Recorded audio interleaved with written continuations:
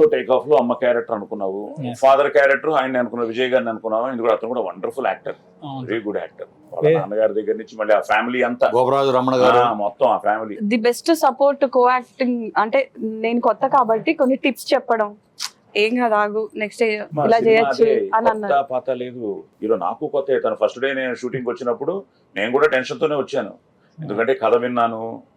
ప్రతి యాక్టర్ అది భయం అని ఫస్ట్ డే ఉంటుంది, అది లేకపోతే కష్టం. అవును సార్. ప్లస్ అక్కడ నాకేవో ఒకరు డైరెక్టర్ అయితే ఒకరు ఈయన కదా, ఈయన మనకి లెజెండ్ కనిపించని నాలుగో లాగా.